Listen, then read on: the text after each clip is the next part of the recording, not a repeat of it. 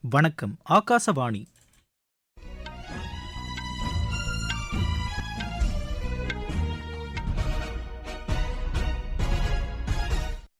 செய்திகள் வாசிப்பவர் கோபிநாத். தலைப்புச் செய்திகள். பிஜேபி நாடாளுமன்ற உறுப்பினர்கள் கூட்டத்தில் பல்வேறு பிரச்சினைகள் குறித்து விரிவாக விவாதிக்கப்பட்டதாக பிரதமர் திரு நரேந்திர மோடி கூறியுள்ளார்.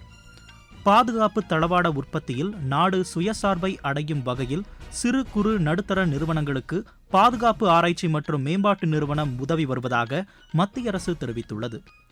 நானோ தொழில்நுட்பம் பல்வேறு துறைகளில் மிகப்பெரிய மாற்றங்களை நிகழ்த்தி வருவதாக ஜம்மு காஷ்மீர் துணைநிலை ஆளுநர் திரு மனோஜ் சின்ஹா கூறியுள்ளார். தாய்லாந்து நாட்டின் புதிய பிரதமராக திரு அனுட்டின் சார்ன்விராக்குல் இன்று பொறுப்பேற்றுக் கொண்டார்.